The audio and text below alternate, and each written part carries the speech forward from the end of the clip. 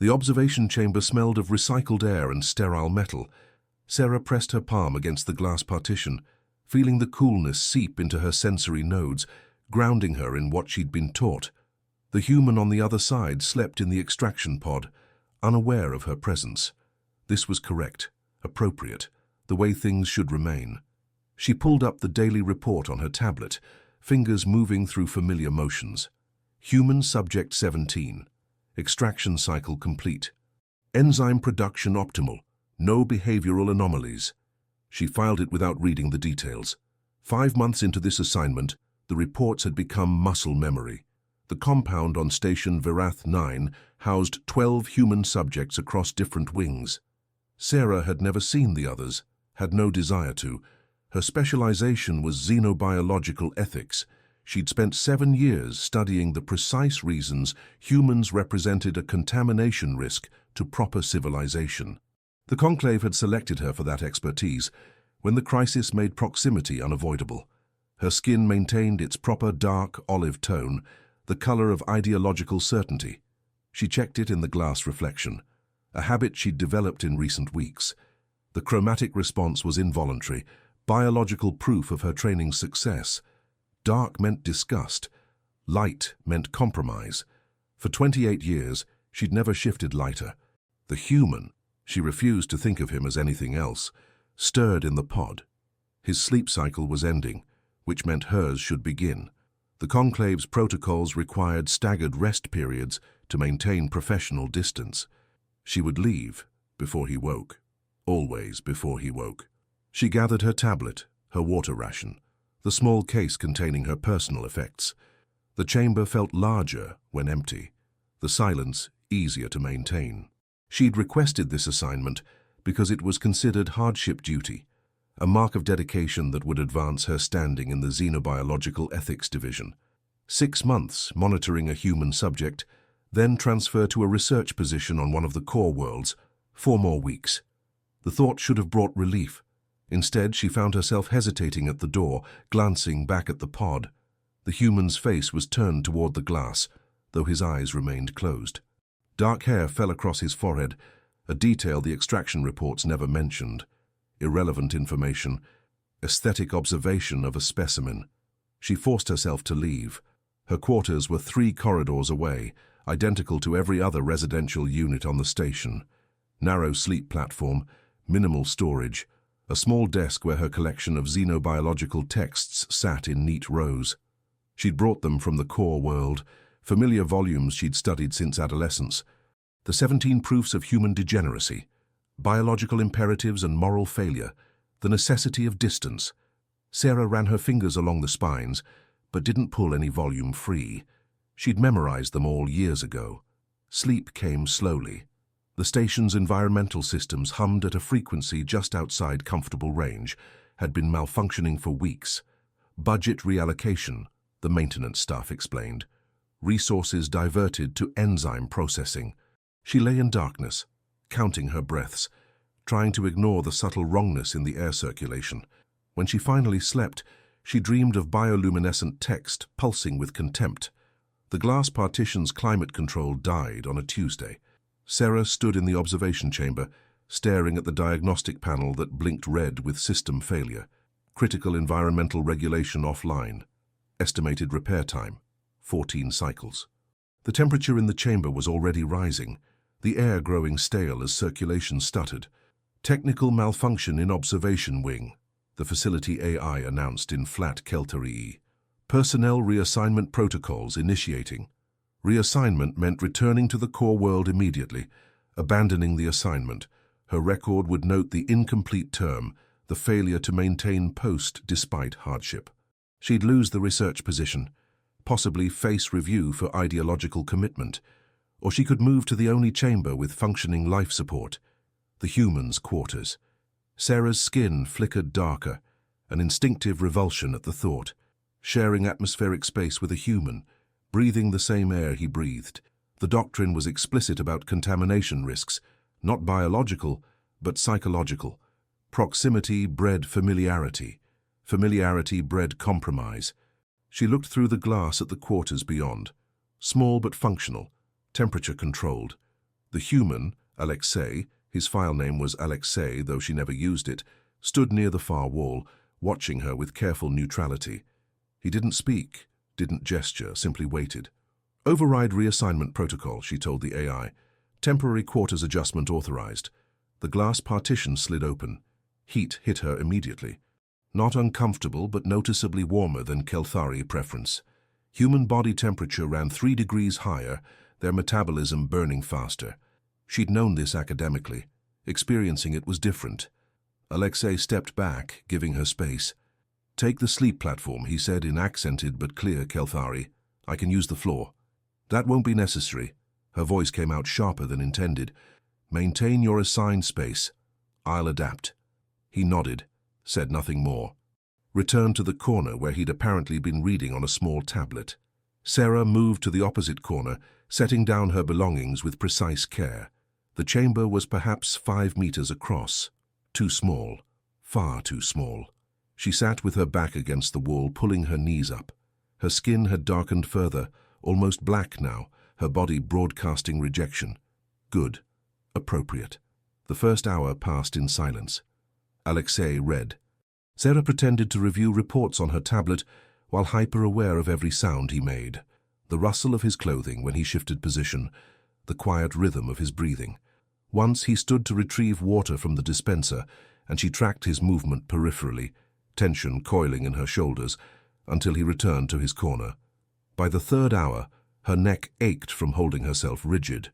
"The station's maintenance has been deteriorating for months," Alexei said suddenly. Not looking at her, eyes still on his tablet. "Started with the minor systems, recreation areas, aesthetic lighting. Now it's reaching critical infrastructure." Sarah didn't respond. Responding would be engagement. "Budget reallocation," he continued, voice even. "Everything diverted to enzyme extraction. The conclaves prioritizing survival over comfort." He paused. "Can't blame them, really." She bit down on the correction that rose automatically. Blame implied judgment of equals, and humans weren't equals. But speaking would break her silence, so she swallowed the words. Alexei set down his tablet. "I'm going to talk sometimes. Not to bother you, just silence isn't comfortable for me. You don't have to respond. I just wanted you to know." He picked up the tablet again, began reading aloud. Something about the station's architecture, observations on Kelthari design principles. His voice was low, steady, not demanding attention but offering it as background noise. Sarah closed her eyes, forcing herself to breathe normally. 4 more weeks. She could maintain distance for 4 more weeks. The warmth in the chamber felt heavier than it should. By the end of the first week, Sarah had memorized the pattern of Alexei's breathing. It wasn't intentional. She simply had nothing else to focus on during the long hours of shared space. His respiratory rate was higher than Kelthari's standard, each breath shorter, faster, inefficient. But there was a rhythm to it that her mind caught and catalogued despite herself. The food synthesizer malfunction came on the 8th day. "Nutritional systems recalibrating," the AI announced. "Human-compatible rations only until further notice." Sarah stared at the dispenser that had just produced a meal she couldn't properly digest. The proteins were wrong, the nutrient ratios incompatible with Kelthari metabolism. She could survive on it. Her species could process a wide range of organic matter in emergency situations, but she'd be functioning at diminished capacity within days. Alexei appeared beside her, close enough that she felt his warmth before she registered his presence. Her skin darkened reflexively. He held out a ration pack, already divided in half. "We can share. The portions are generous. You won't get full nutrition, but it's better than nothing." She should refuse, should contact the facility administration, demand proper accommodation. But the admin office hadn't responded to her last 3 requests, and her own attempts to repair the synthesizer had failed. Taking the ration meant accepting help from a human, meant debt, meant survival. She took it without meeting his eyes. They ate in silence, Sarah in her corner and Alexei in his. The food tasted strange, the textures wrong against her sensory nodes. She forced herself to consume it methodically, refusing to show discomfort. When Alexei stood to dispose of his container, their fingers brushed accidentally as he passed. The contact lasted less than a second. Skin against skin, his warmth transferring through touch, in a way that was immediately, viscerally different from the ambient heat in the chamber. Soft, impossibly soft compared to Kelthari dermal tissue. Fragile. Sarah pulled her hand back too quickly, the movement betraying more than she intended. Her sensory nodes where he'd touched felt electric, oversensitized. She pressed her palm against the cool floor, trying to erase the sensation. That night, lying on the sleep platform she'd finally accepted after Alexei insisted, she caught herself rubbing her thumb across the fingers he'd touched. The sensation had faded hours ago. Her body remembered anyway. Her skin had lightened to dark grey. She spent an hour in the darkness after he'd fallen asleep, eyes closed, concentrating on the 17 proofs, reciting them silently until her chromatic response shifted back toward proper darkness. But it took longer than it should have, and in the morning when she woke to find Alexei already awake, sitting against the wall with his tablet, she noticed her skin hadn't darkened as much as before. The sleep schedule developed naturally. Alexei's enzyme production required 8 hours of uninterrupted rest during the station's designated night cycle. Sarah found herself adjusting her own rest period to match, partly out of necessity. The chamber's lighting was tied to his schedule, and partly from something she didn't examine too closely. She would dim the lights at the appointed hour. He would prepare for sleep, changing into simpler clothing, performing a series of stretches he'd explained helped him relax. She watched peripherally, pretending to read, tracking the movements without meaning to. Then he would settle onto the floor, still refusing to take the sleep platform. Despite her repeated insistence, it was inefficient for them both to suffer discomfort. His breathing would gradually deepen, slow, fall into that strange human rhythm, and she would watch. Not continuously, just periodically, glancing up from her tablet or her texts. Observing the rise and fall of his chest, the way his face relaxed in sleep, how the dark hair that perpetually fell across his forehead would shift slightly with each exhalation. It wasn't scientific observation. She'd stopped pretending it was. One night, 17 days into shared quarters, Alexei woke suddenly, not the gradual surfacing of normal waking, but a sharp jolt into consciousness, his breathing immediately ragged and uneven. His hands were shaking. Sarah set down her tablet. "Nightmare."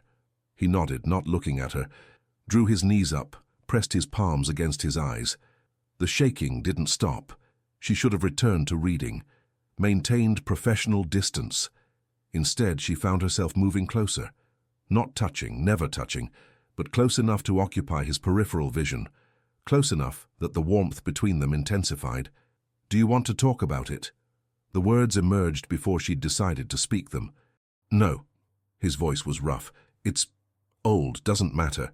But his breathing remained unsteady, and she could see the tension in his shoulders, the way he was holding himself too rigid, fighting for control. "The neural degradation," she heard herself say. "The pathogen your enzyme treats, it doesn't kill, it hollows. My supervisor." She stopped, surprised at herself. She forgot her own name.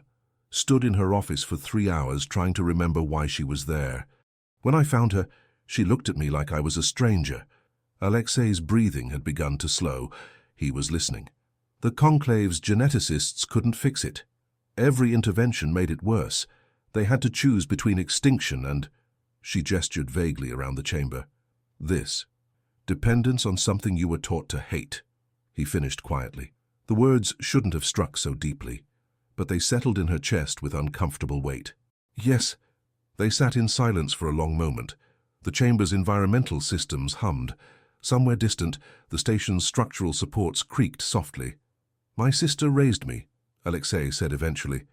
"After our parents died in a mining collapse. She was 16, I was 8. She gave up everything, education, career opportunities, her own life, really, to keep me safe." He paused. "When I got caught with the stolen data, when they sentenced me, she visited once. Told me I'd proven every sacrifice she'd made was worthless. Then she left." His hands had stopped shaking, but something in his voice made Sarah's sensory nodes ache. "I don't dream about the mining collapse," he continued. "I dream about her face when she said that, the way she looked at me like I was something contaminated." Sarah's skin had been shifting lighter throughout the conversation. She was pale gray now, nearly silver. She knew she should force it darker, should reinforce her training. But she was tired, and the warmth between them felt less wrong than it had. The doctrine is absolute, she said quietly. Humans represent contamination. Proximity breeds compromise.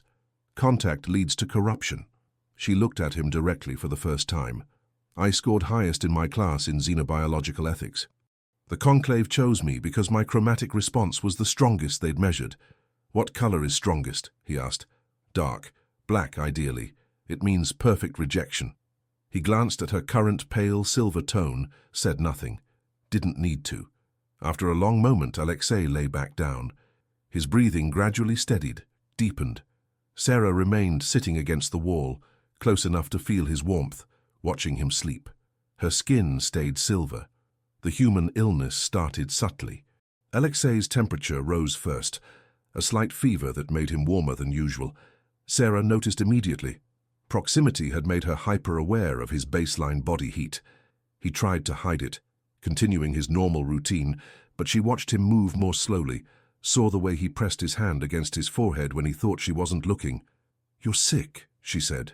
Not a question. Minor. Human immune response. It'll pass. But it didn't pass. By the evening, his fever had spiked noticeably, his skin flushed and damp with perspiration. He sat against the wall, eyes closed, breathing shallow. Sarah checked the medical supplies. Basic analgesics, temperature reducers. Nothing sophisticated. The facility's medical AI confirmed what she already suspected. A common human viral infection, not serious, but uncomfortable. Treatment was rest, hydration, time. She brought him water. Adjusted the environmental controls to lower the ambient temperature slightly, trying to ease his discomfort. When his hands shook too badly to hold the container steady, she held it for him, careful not to let their skin touch. "You don't have to," he murmured. "Your enzyme production will decrease if your physical condition deteriorates significantly." Professional justification. They both knew it was inadequate. She sat near him as his fever worsened, monitoring his breathing, his temperature, the way his body fought something his immune system should have handled easily. Humans were fragile. She'd known this academically. Witnessing it created an uncomfortable tightness in her chest. At some point in the deepest part of the night cycle, delirious with fever, Alexei reached out. His hand found hers, fingers closing around her own, with surprising strength. The touch was deliberate, seeking, his warmth almost burning against her sensory nodes. She should have pulled away. She didn't. His skin was impossibly soft, even burning with fever, the texture so different from Kelthari dermal tissue that her entire awareness narrowed to the points of contact. His palm against hers, his fingers between her fingers, the way his thumb moved slightly, not quite stroking, but present, anchoring. He fell asleep like that, holding her hand. Sarah sat motionless, afraid to move and break the contact, equally afraid of what the contact meant. Her skin had shifted to pale silver, nearly white, the lightest she'd ever been. 3 days straight now, her chromatic response almost entirely inverted from proper darkness. She should have been horrified, should have been reciting the 17 proofs, reinforcing her training. Instead, she sat in the dim chamber, holding a human's hand, and felt something in her chest that she couldn't name and refused to examine. When he woke hours later, fever broken, he looked at their joined hands with quiet surprise, released her carefully, as if afraid sudden movement might shatter something fragile. "Thank you," he said. She nodded, unable to speak, and retreated to her corner. Spent the rest of the day pretending to read, while hyper-aware of the lingering sensation of his touch against her palm. That night, she caught herself rubbing her thumb across the fingers he'd held, trying to remember the exact texture of his skin. They began talking during meals, not deliberately. Alexei would make an observation, Sarah would respond without thinking, and suddenly they'd be discussing the station's architectural inconsistencies or the efficiency of different extraction protocols. Surface topics, safe topics, until they weren't. "Why data theft?" Sarah asked one evening, surprising herself. Alexei was quiet for a moment. "My sister needed medical treatment, expensive treatment. I was working 3 jobs, and it wasn't enough. Someone offered me money to access a corporate server, extract some files. I told myself it was victimless." He stared at his ration pack. "It wasn't. You were caught. I was sloppy. Desperate people make mistakes. He looked at her. The conclave offered me a reduced sentence in exchange for this assignment. 5 years instead of 20. It seemed like mercy at the time. And now? He gestured around the small chamber. Now I'm not sure if this is mercy or a different kind of imprisonment. Sarah understood that better than she wanted to admit. She'd requested this assignment freely, seeking advancement. But somewhere in the past months, the observation chamber had transformed from a stepping stone to something she couldn't quite define. What happens when your assignment ends? Alexei asked. I transfer to a research position on one of the core worlds. Continue my work in xenobiological ethics. Will you write about this? About proximity protocols and contamination risk? The question held no judgment, just genuine curiosity. Still, Sarah found herself looking away. I don't know, she admitted, more honest than intended. The silence that followed wasn't uncomfortable. They'd grown accustomed to each other's quiet, learned to exist in shared space without constant words. Sometimes Alexei would read aloud from whatever text he was studying. He'd developed an interest in Keltari philosophy, asking questions she found herself answering with increasing detail. Sometimes Sarah would work on her reports while he sketched on his tablet, drawing the station's architecture from memory. They'd developed routines, small rituals that marked the passage of days. The way Alexei would bring her water before she asked. How Sarah would dim the lights gradually rather than all at once, easing his transition to sleep.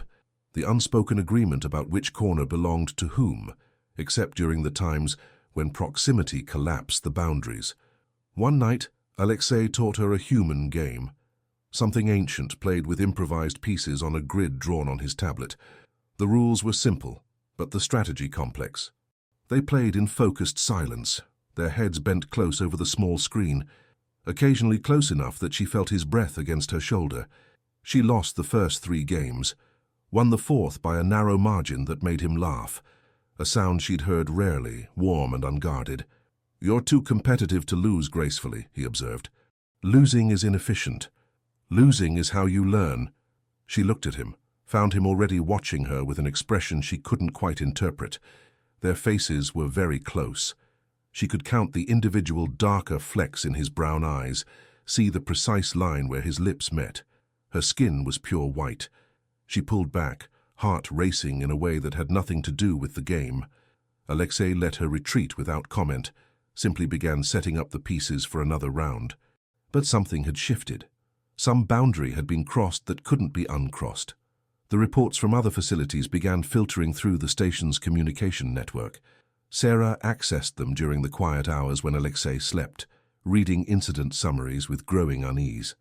Keltari monitors requesting extended assignments with human subjects, documented chromatic response inversions, several cases of monitors refusing reassignment orders, contamination. The word appeared repeatedly in the conclave's analyses. Not biological contamination. The humans posed no disease risk. Psychological contamination. Ideological compromise. Proximity bred familiarity. Familiarity bred attachment. Attachment bred betrayal of fundamental doctrine. She should have felt vindicated. Her research specialization had predicted exactly this outcome. The conclave's emergency protocols had proven inadequate to prevent the very corruption she'd spent years studying. Instead, she felt something cold settling in her chest. The conclave was discussing separation, returning to fully automated extraction despite significantly reduced enzyme efficacy. Better to accept slower degradation of their society than admit humans might be worth sustained contact. Better to choose extinction than compromise. Sarah sat in the darkness, watching Alexei sleep, and wondered when she'd started thinking of extinction as the worse option. His face was peaceful, unaware of the chaos his simple existence had triggered across hundreds of facilities. The warmth of his presence filled the small chamber, familiar now in ways she'd stopped trying to deny. She'd memorized the rhythm of his breathing, the precise way his chest rose and fell, the small movements he made as he shifted in sleep. She knew him. Not as a specimen, not as human subject 17, as Alexei, a person who'd sacrificed his freedom trying to save his sister, who read Keltari philosophy in his spare time and couldn't tolerate silence, who'd held her hand through a fever and taught her a game she was terrible at, who looked at her with warmth instead of fear. Her skin had been white for weeks now, not fluctuating, not shifting back toward darkness even when she tried. Her chromatic response had inverted completely, biological proof of what she'd been refusing to acknowledge. The doctrine wasn't wrong. Proximity had bred familiarity. Familiarity had bred compromise. But the doctrine hadn't predicted what else proximity might breed. It hadn't accounted for the weight of another person's presence, the way shared space could create its own kind of truth. The conclave had catalogued every human weakness, every moral failing, every biological flaw. They'd never considered that weakness might create connection, that flaws might breed compassion, that the very fragility they despised might be what made humans worth knowing. Sarah stood, moving to her corner, pulling up the official communication interface on her tablet. The recall order would arrive eventually, perhaps days, perhaps weeks. When it came, she would face a choice, ideological purity or this, whatever this had become.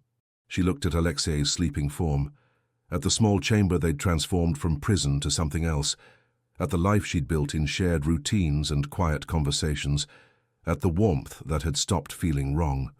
The communication interface blinked, waiting for input. She closed it without sending anything, not yet. "Tell me about your supervisor," Alexei said during a meal 3 days later. "The one who forgot her name." Sarah set down her ration pack carefully. They'd been sharing food for weeks now, the ritual so familiar she barely noticed it anymore. But this question caught her unprepared. Vera. She'd been my mentor since I entered the xenobiological ethics program. Brilliant, precise. She could recite the entire doctrinal archive from memory. Sarah paused, the memories uncomfortable. When the pathogen reached her, it was gradual. Small things first. Forgetting where she'd placed her tablet. Asking the same question twice in an hour. How long until she forgot her name? 6 cycles. The degradation accelerates once it begins affecting identity continuity. Sarah's voice had gone flat, professional, easier than feeling. I found her standing in her office, just standing. When I asked what she needed, she looked at me without recognition, said, "I'm supposed to know something, something important, but I can't remember what knowing means." Alexei was quiet. Then, "Is she still alive?" "The enzyme treatment arrests the degradation. She won't get worse, but she can't get better. She lives in a care facility now, supervised by staff who remind her daily what her name is, what her life was. She exists in a permanent present, unable to build new memories or hold on to old ones for more than a few hours." "I'm sorry." Sarah looked at him. "You're not responsible. I know. But I'm still sorry it happened to someone you cared about." The simple acknowledgement struck deeper than it should have. Sarah found herself speaking before she'd decided to. She would have hated this. Me, sharing space with a human. My chromatic response. She'd call it ideological corruption. "Is that what you call it?" "I don't know what to call it anymore." Alexei shifted position, moving fractionally closer. Not touching, but the warmth between them intensified. "The conclave taught you I'm a threat, that my species represents contamination. They built an entire civilization around that belief." "Yes." "Do you still believe it?" Sarah's skin flickered, unable to settle on a single shade. White to grey to white again, her body betraying her uncertainty. "The doctrine is based on empirical observation. Humans are short-lived, impulsive, driven by biological imperatives your cognition can't override. Every classification in the archives is factually accurate. That's not what I asked." She met his eyes. "No, I don't believe you're a threat. Not anymore." "What changed?" "You did. Or I did. Or—" She stopped, frustrated at her inability to articulate what she was feeling. The doctrine catalogues facts, but it doesn't account for context, for the space between facts, for what happens when proximity creates something the archives never predicted. Alexei reached out slowly, giving her time to pull away. When she didn't, he took her hand. The contact was becoming familiar, but it still sent awareness through her sensory nodes in waves. "I think about what happens when this ends," he said quietly. "When your assignment completes, when they separate us. I think about it too." "And?" Sarah looked at their joined hands, his skin against hers, warm and soft and impossibly fragile. "And I don't have an answer yet." They sat like that until the chamber's lighting indicated sleep cycle. When Alexei released her hand to prepare for rest, Sarah felt the absence like cold against her palm. The recall order arrived on a morning that had seemed unremarkable. Sarah was reviewing enzyme production reports when the official communication interface on her tablet chimed with priority-level clearance. She opened it automatically, then froze as the text resolved.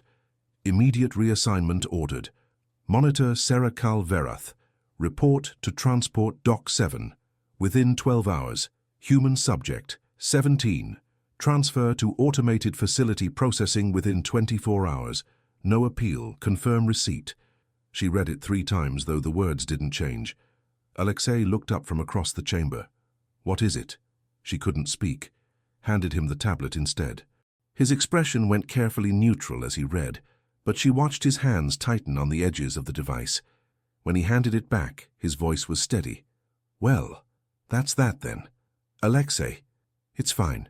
He stood, moving to his corner, gathering his few possessions with mechanical precision. This was always temporary, we both knew that. But his hands were shaking, barely visible, but Sarah had spent months learning to read his smallest movements. She stood crossing the chamber without conscious decision. Stop. He didn't look at her. Stop what? Pretending this doesn't matter. What difference does it make? His voice was sharper now, the careful neutrality cracking. You have your orders. I have mine. The conclave decided proximity was too dangerous, and they're probably right. He finally met her eyes. Look at you. Your skin hasn't shifted dark in weeks. By their metrics, you're completely corrupted. I know. So go. Follow your orders. Return to the life you're supposed to have. Write your research papers about contamination risks and ideological purity. Forget this happened. I can't. You can. You will. Because the alternative is throwing away everything you've worked for. Everything you believe in for... He gestured helplessly between them. For what? A few months of shared meals and quiet conversations? For someone you were trained to despise? Sarah felt something crack in her chest. Is that what you think this is? I don't know what this is. The words came out harsh, jagged. I'm a criminal serving a sentence. You're a xenobiological ethics specialist monitoring a specimen. The fact that we... He stopped, ran his hand through his hair. The fact that somewhere in the proximity we forgot what we were supposed to be doesn't change the reality of what we are. And what are we? He looked at her for a long moment. Impossible. The word hung between them. Sarah's tablet chimed again, awaiting confirmation of receipt. Respond within 1 hour or face disciplinary review. You have to confirm, Alexei said quietly. I don't have to do anything. Sarah, don't. She moved closer, close enough to feel his warmth, close enough to see the precise way his chest rose and fell with each breath. Don't tell me what I have to do. Don't decide for me what matters. I'm trying to make this easier. By pushing me away. By pretending these months meant nothing. By being realistic about what happens next. His voice softened. You're brilliant, dedicated. You have a career, a future, a place in your society. I'm serving a sentence that doesn't end for years. Even if you refused the recall, stayed here, what then? We exist in this tiny chamber until someone forces the separation anyway. Maybe. That's not a life. Maybe it's the only life I want. The confession emerged raw, unguarded. Alexei's expression shifted, something vulnerable and desperate crossing his face. You don't mean that. I do. Sarah reached out, took his hand, felt his warmth transfer through contact. The doctrine taught me you were a threat. It was wrong. Or maybe it was right, just not the way they intended. Maybe the real threat wasn't contamination. Maybe it was this, discovering that everything I built my identity around was incomplete. Sarah, I don't have answers. I don't know what happens if I refuse the recall, but I know... She stopped, forcing herself to articulate what she'd been feeling for weeks. I know that when you held my hand through your fever, something changed. I know that I've memorized the rhythm of your breathing. I know that this chamber feels more like home than anywhere I've ever lived. And I know that if I leave, if I let them separate us, I'll spend the rest of my life wondering what we could have been. Alexei's hands came up to frame her face, the touch gentle, reverent. His thumbs traced the edge of her jaw, and she felt her sensory nodes ignite with awareness. "You'll lose everything," he whispered. "Maybe I'll gain something worth more." He leaned forward slowly. Their foreheads touched, the contact creating a point of shared warmth. Sarah closed her eyes, breathing in the scent of him. Human and familiar and entirely wrong by every measure she'd ever been taught. "What do we do?" he asked. "I don't know." She opened her eyes, found him watching her with an intensity that made her chest ache. "But I know I'm not leaving. Not yet. Not without trying to find another way." The tablet chimed again. Final warning. Sarah pulled back just far enough to see the screen. The confirmation interface waited, cursor blinking. One word would comply. One word would preserve her career, her standing, everything she'd worked for. She closed the interface without responding. "Sarah, 12 hours until I'm officially in violation. Let me have them. Let us have them. Then I'll decide." Alexei nodded slowly, drew her back in, his arms wrapping around her, holding her against his chest.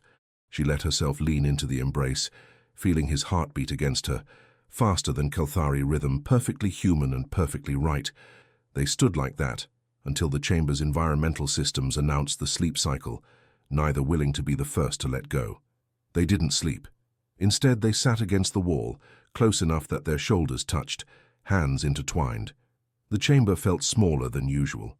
Or perhaps they'd simply expanded to fill it, their shared presence too large for the confined space. "Tell me about the core world," Alexei said, "where you'd transfer." "Kelth Prime, the capital. Everything the Conclave values, order, precision, ideological purity. The research facilities there are considered the finest in our society." "Sounds perfect for you." Sarah's thumb traced patterns against his palm, unconscious movement that had become habitual. "It would have been. Before." "Before what?" "Before I learned that perfect isolation isn't the same as perfect understanding." They were quiet for a moment. Then Alexei spoke again. "My sister lives on New Terra, the human colony near the Kelthari border. If I complete my sentence, I'm supposed to return there, try to rebuild something. Will she accept you? I don't know. Probably not. I proved her worst assumptions correct, that I was too reckless, too impulsive, exactly the kind of human your doctrine describes." Sarah turned to look at him. "You're not reckless. I stole classified data. To help someone you loved. That's not recklessness, it's desperation. There's a difference." His hand tightened around hers. "The Conclave wouldn't see it that way. The Conclave sees humans as biological failures. They've spent generations cataloging your flaws and ignoring everything else." "Like what?" She thought about the question seriously, about the months they'd shared, the small moments that had accumulated into something larger than either could have predicted. Resilience. You adapt to circumstances that would break most species. Compassion. You offered to share food before I had to ask, held space for me when I explained about Vera. Creativity. Hope. The ability to find meaning in situations that should be meaningless." She paused. "The Conclave documented your weaknesses, but weaknesses create connection. Your fragility makes you reach out to others. Your short lives make you value time differently.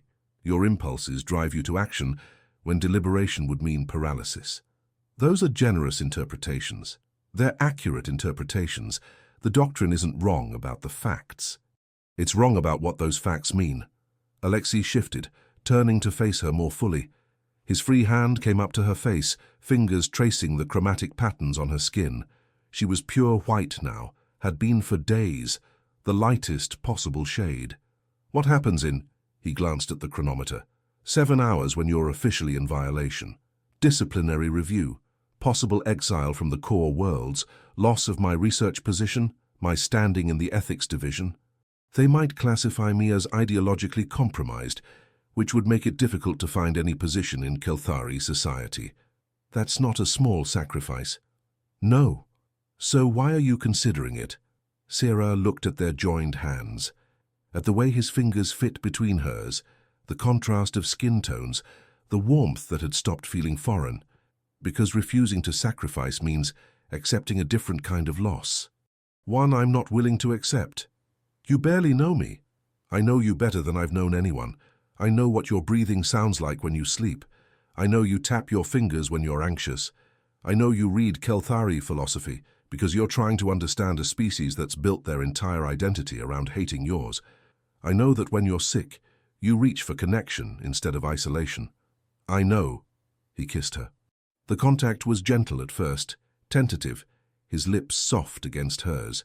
Sarah froze, overwhelmed by the sensation, warmth and pressure, and the taste of him, utterly human and completely foreign.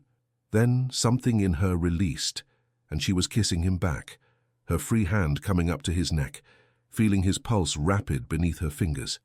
When they finally pulled apart, both breathing hard, Alexei rested his forehead against hers. "I'm sorry. I should have asked." "Don't apologize. I just needed you to know. Before you make this choice, before you give up everything, I needed you to know that this isn't one-sided, that I—" He stopped, swallowed. "That I feel it too. Whatever this is." Sarah's chest felt too full, her sensory nodes overwhelmed with input, the taste of him still on her lips, the sound of his breathing, the way his hands held her like she was something precious and fragile instead of dangerous and corrupt. "Show me," she whispered. He kissed her again, deeper this time, his hands moving to her waist, drawing her closer. She let herself be drawn, their bodies pressing together, warmth becoming heat. His mouth moved to her jaw, her neck, finding places her sensory nodes clustered and making her gasp with the intensity of sensation. She pulled him down to the sleep platform, their limbs tangling, discovering each other with hands and mouths and breath. Nothing rushed, nothing frantic. Just slow exploration, learning the landscape of each other's bodies, the places that made breath catch, the touches that created involuntary responses. At some point, Alexei pulled back, checking in, making sure this was wanted. She answered by pulling him back down, by showing him without words that yes, this was exactly what she wanted, that in this choice, this moment, there was no contamination, only connection. They fell asleep, tangled together, as the chamber's chronometer counted down the hours toward her official violation. The security detail arrived exactly on schedule. Sarah woke to the sound of the chamber door opening, Alexei's warmth still pressed against her back, his arm draped across her waist. For a moment she thought about pretending to still sleep, delaying the inevitable. Then she heard the lead officer's voice. "Monitor Sarah Calverath. You are in violation of direct reassignment orders. Please stand and prepare for escort to disciplinary review." She sat up carefully, Alexei waking beside her. His hand found hers beneath the thin covering, squeezed once before releasing. 3 Kelthari security officers stood in the doorway, their skin properly dark, their expressions neutral, professional. Behind them, 2 technicians waited with equipment for transferring Alexei to an automated facility. "I understand," Sarah said. "May I have 5 minutes to prepare?" The lead officer's chromatic response flickered slightly, surprise maybe that she wasn't resisting. "Granted, 5 minutes." The door sealed again. Alexei turned to her. "You don't have to do this." "Yes, I do." "Sarah, listen." She took both his hands, held them tightly. "They're going to separate us. That was always going to happen. But I'm not going to let them convince me this was wrong. What we built here, what we became to each other, that's real. The Conclave can exile me, can strip my titles, can classify me however they want. They can't change what I know now. Which is that the Doctrine is incomplete. That proximity doesn't create contamination. It creates understanding. And understanding is more valuable than purity." Alexei's eyes were bright. "That's going to be a hard sell at your disciplinary review." "Probably." She allowed herself a small smile. "But I scored highest in xenobiological ethics. If anyone can argue that the Doctrine needs revision, it's me. And if they don't listen, then I find another way, another place. The Conclave doesn't control every Kelthari colony." She paused. "And New Terra has Kelthari residents, scientists, researchers, people who chose proximity over isolation." His hands tightened around hers. "You'd really consider that? Leaving your entire civilization? For a chance at building something new?"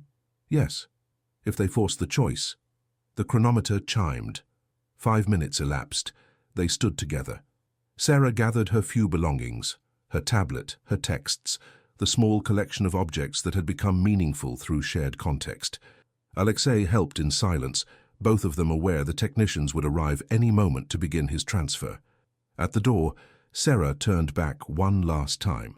The small chamber that had been prison, observation post, shared home, the sleep platform where they'd discovered each other, the corners they'd each claimed before proximity erased the boundaries. "Thank you," she said quietly. "For what?" "For talking when I needed silence to break, for sharing when I had nothing to offer, for being exactly who you are instead of who my training told me you should be." Alexei crossed the distance between them one final time, kissed her with a gentleness that made her chest ache. "Find me," he whispered against her lips, "however long it takes. Whatever you have to do, find me." "I will." The door opened. The officers waited. Sarah walked forward, her skin pure white, her chromatic response broadcasting everything the conclave had taught her to suppress. Behind her, the technicians moved in to begin Alexei's transfer. She didn't look back. If she looked back, she wasn't sure she could keep walking forward. The disciplinary council chamber was exactly as sterile as she'd expected. 7 senior members of the conclave sat in elevated positions, their skin uniformly dark, their expressions carefully neutral. Sarah stood in the center of the circular room, aware of the symbolic positioning, her isolated, them united. Judgment from all sides. "Monitor Sarah Calverath," the senior arbiter began.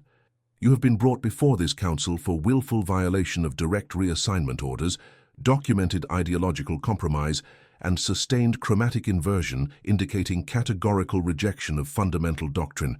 How do you respond to these charges?" Sarah's skin remained white.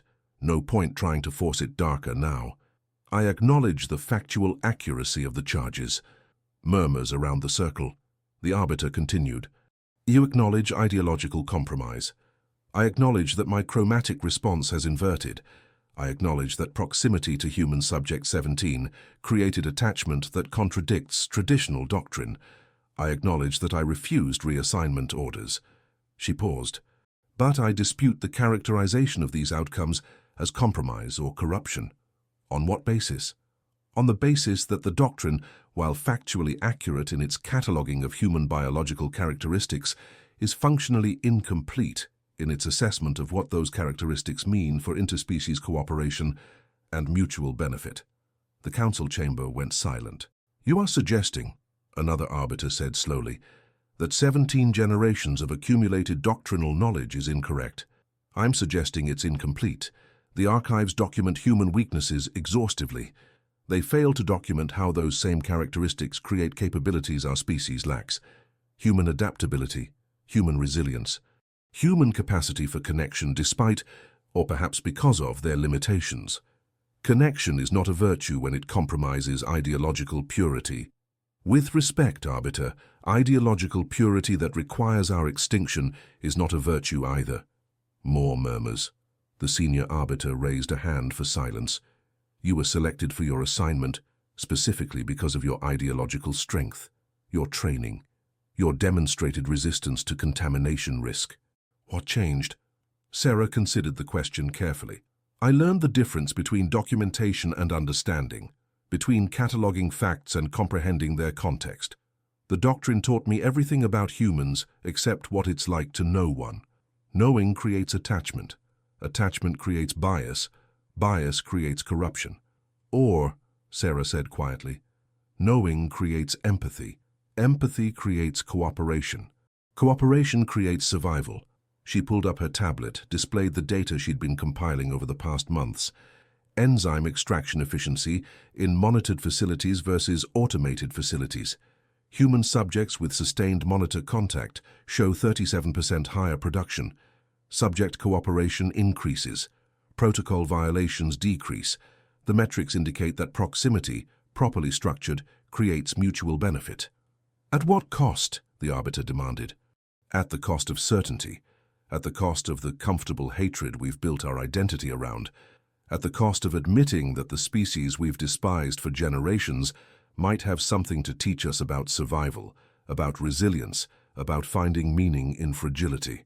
The council members looked at each other, some with concern, some with what might have been consideration. "Your chromatic response," another arbiter said. "It hasn't shifted dark since your assignment began." This indicates complete ideological inversion. It indicates that I no longer find humans disgusting, that proximity created familiarity instead of revulsion, but it doesn't indicate failure. It indicates transformation, evolution, the ability to change beliefs when confronted with contradicting evidence. That is not evolution. That is weakness. Then perhaps we need to reconsider what constitutes strength. Sarah met the Arbiter's eyes directly. The pathogen is destroying our neural architecture. Our geneticists have failed to find a cure. Our only source of treatment is human enzyme production. We face a choice: maintain ideological purity and watch our civilization forget itself into extinction, or accept that survival sometimes requires compromise with former certainties. You are advocating for widespread proximity protocols. I'm advocating for honesty about what proximity reveals. Not all monitors will respond as I did, but some will, and perhaps that's acceptable. Perhaps a society that can learn from its opposition is stronger than one that requires unanimous hatred to maintain cohesion. The senior arbiter leaned forward. You speak of strength, of transformation, yet you violated direct orders, formed unauthorized attachment to a human subject, and demonstrate complete rejection of fundamental doctrine. What makes you believe you have anything valuable to contribute to Kelthari society? Sarah took a breath. Because I understand both perspectives now. I know the doctrine. I can recite the 17 proofs without error. But I also know what it's like to watch someone breathe, to share meals, to discover that weakness can create connection instead of contempt. I can bridge both worlds. If you'll let me. Silence. This council will deliberate, the arbiter finally said. You are dismissed to holding quarters pending our decision. Sarah bowed formally and left the chamber, her skin still white, refusing to darken even under the weight of 7 pairs of judgmental eyes. The council's decision took 3 days. Sarah spent them in isolation quarters, reviewing her arguments, preparing for every possible outcome. Exile seemed most likely. Complete exile from core Kelthari worlds, revocation of all titles and standing, possibly even neural recalibration, forced retraining in proper doctrine. When the summons finally came, she walked to the council chamber with steady steps. The arbiters looked tired. Good. Meant they'd actually debated rather than reaching consensus immediately. Monitor Sarah Calvarath, the senior arbiter began. This council has reviewed your case extensively. Your arguments regarding incomplete doctrine have been noted. Your data on extraction efficiency differentials has been examined. Your obvious ideological inversion has been confirmed. Sarah waited. We find you guilty of sustained violation of fundamental principles. However, the arbiter paused. We acknowledge that your experience, while ideologically compromised, may have research value. Therefore, we offer this resolution: voluntary exile from core worlds with assignment to Colony Verith 7, a border settlement with established human contact protocols. You will document proximity outcomes, compile data on long-term human-Kelthari cooperation, and submit regular reports. It wasn't what she'd expected, not punishment, not quite. You're asking me to research the very contamination you condemn. We are asking you to determine whether proximity inevitably leads to ideological corruption, or whether your response represents an outlier. You will maintain distance from human subject 17 during this research period, no contact for minimum 2 standard years. The condition struck like physical impact. 2 years, no contact, no communication. If I refuse this offer, complete exile, permanent ban from all Kelthari territories, no opportunity for reinstatement, your research access, your credentials, your entire professional identity, eliminated. Binary choice. Exile with purpose, or exile as punishment. Sarah thought about Alexei, about his promise to find him. 2 years was long enough for anything to change, for him to complete his sentence, return to New Terra, rebuild his life, for connections to fade into memory. But 2 years was also time to build something, to gather data, to prove that proximity could be structured, managed, transformed into policy instead of remaining aberration. I accept the terms, she said. The arbiter nodded. You have 1 week to prepare for transfer to Colony Verith 7. Dismissed. Colony Verith 7 sat at the edge of Kelthari space, a research outpost that had evolved into a small settlement. Mixed population, Kelthari scientists who'd chosen distance from core worlds, a handful of human researchers, some other species passing through. Sarah arrived with minimal belongings and maximum uncertainty. Her assigned quarters were sparse but comfortable. Her research brief was clear. Document all proximity interactions, analyze chromatic response patterns, determine whether sustained human-Kelthari contact could be structured for mutual benefit without ideological contamination. The work was familiar. She'd spent years studying these exact questions theoretically. Now she would study them empirically, living in a community where proximity was daily reality instead of experimental protocol. The first week was adjustment, learning the colony's rhythms, meeting other researchers, discovering that several Kelthari there had chromatic responses similar to hers, permanent lightening from sustained human contact, not corruption, adaptation. She began compiling data, conducting interviews, building frameworks for understanding what proximity actually created when stripped of Doctrine's prejudgments. And at night, alone in her quarters, she thought about Alexei, wondered where he'd been transferred, whether his enzyme extraction continued in sterile automation, whether he thought about her as constantly as she thought about him. 2 years, 730 days. She began counting. 6 months into her exile, a supply ship arrived with mail distribution. Sarah hadn't expected anything. Who would write to an exile? But there was a message. No sender identification. Routed through multiple relays. Careful. Anonymous. She opened it. The colony gardens are beautiful this time of year. Someone should document them for research purposes. Human-Kelthari agricultural cooperation makes excellent data. No signature. But she recognized the cadence, the careful phrasing. Alexei. He'd found a way to contact her, to let her know he was thinking about her, that whatever she was building in her exile, he was waiting.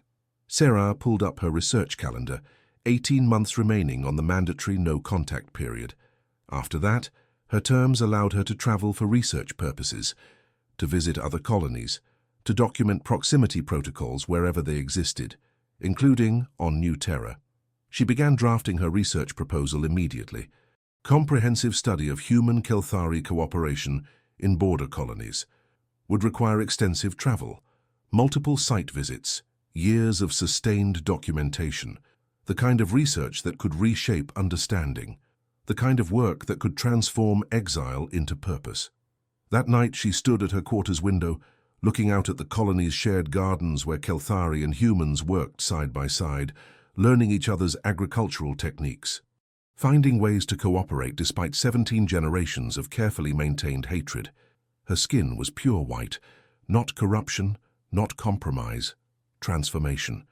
In 18 months, she would find him, would show him the data she'd compiled, the frameworks she'd built, the proof that what they'd discovered together wasn't aberration but possibility, and then they would decide together what to build from that possibility, not in isolation, not in secret, but openly, deliberately, as proof that proximity could create something stronger than purity. She sent a message through the same anonymous relay system. Research often requires years of documentation. Patience is data collection. I'll find you when the timing serves both research and truth. No signature needed, he would understand. Outside her window, a Kelthari researcher and a human agronomist debated planting strategies, their voices carrying on the evening air. Arguing, laughing, cooperating, living proof that the doctrine was incomplete.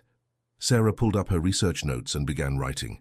Not about contamination, not about corruption, about evolution, about transformation, about the possibility that acknowledging incompleteness was strength rather than weakness, about warmth and what it meant to stop running from connection.